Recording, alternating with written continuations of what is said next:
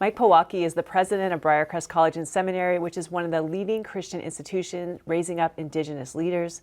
Mike, why are you so passionate about raising up Indigenous leaders here at Briarcrest?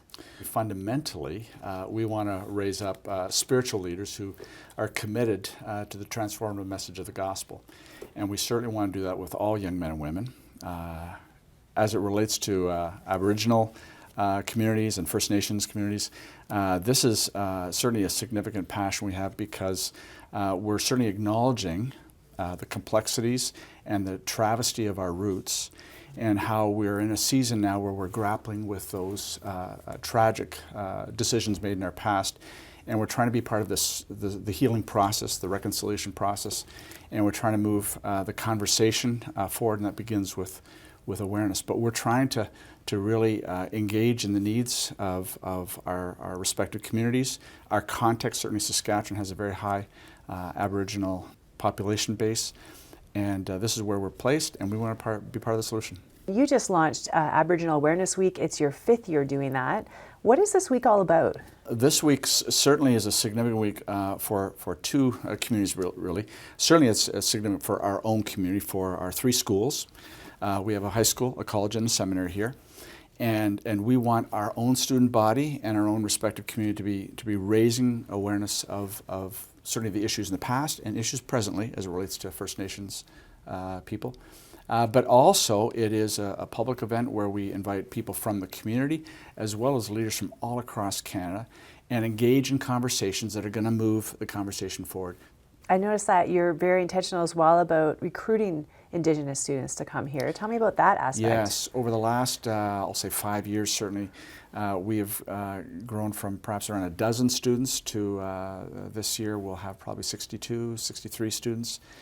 That's about 10% of our student body, and we want to see that increase. Certainly it's reflective of Saskatchewan and Western Canada, but these are not only needs but opportunities, and we want to do the best we can in terms of reaching Aboriginal students and inviting them into this orbit, into this community for education.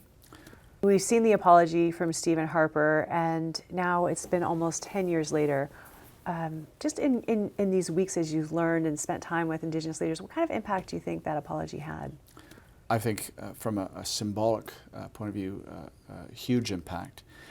And I think there's something powerful when a leader stands up and acknowledges the wrongdoing of their predecessors, others who have gone before them. And although Stephen Harper wasn't responsible for those decisions in his role as Prime Minister, he assumed that responsibility in his humble expression of grief and seeking forgiveness. And I think that's true of all leaders when we take responsibility for our organizations, for our nations, for our governments, whatever it may be for. So I think that was a significant step. But again, some are still processing that, some with a sense of hope, some still processing anger.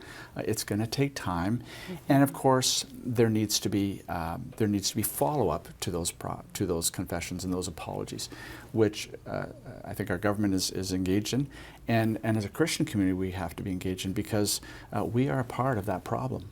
And so the confession wasn't just on Stephen Harper's part.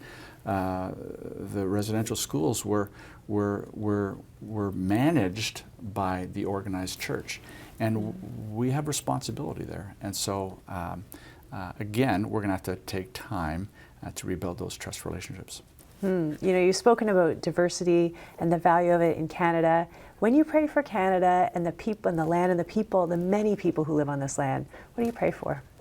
Well, I certainly pray for a sense of humility on our part, that we have a teachable spirit to the transformative power of the gospel, because I think there is this perception. The white man's gospel did a lot of damage, and we tragically misrepresented the nature of the gospel. The whole nature of the gospel is that it transcends culture, it transcends ethnicity, it transcends time, and it's for all people. And we have to approach the gospel with that kind of humility and a lens that sort of acknowledges that we live in a cultural context.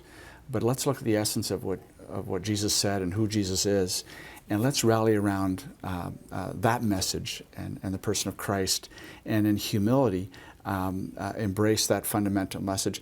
And culturally, we'll put flesh in that in different ways. But I think the power of the gospel is as relevant today as it ever has been.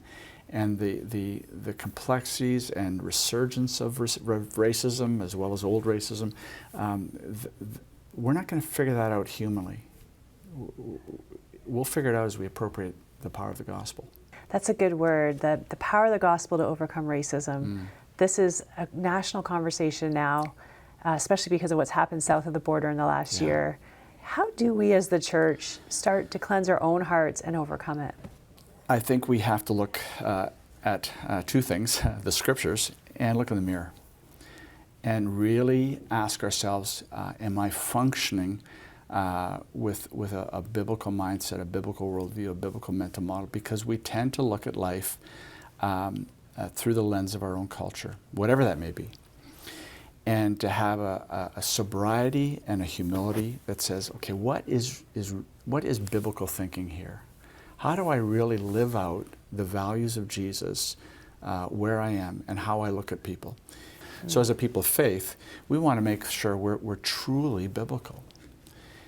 And certainly as a Christian church with 2,000 years of history, we can be very grateful and, in an appropriate way, proud for all the good that we've done. We've built hospitals and centers of education and hospices and homes for the marginalized and disadvantaged. We've contributed to architecture and the arts and science and government. But we've also been guilty of some terribly unbiblical thinking. So at times, the organized church has endorsed anti-Semitism. We've promoted slavery. We've allowed for racism. We've perpetuated class distinction. And we did this in systematic ways in which leaders had authorized that. That was unbiblical. That wasn't Christian worldview at work.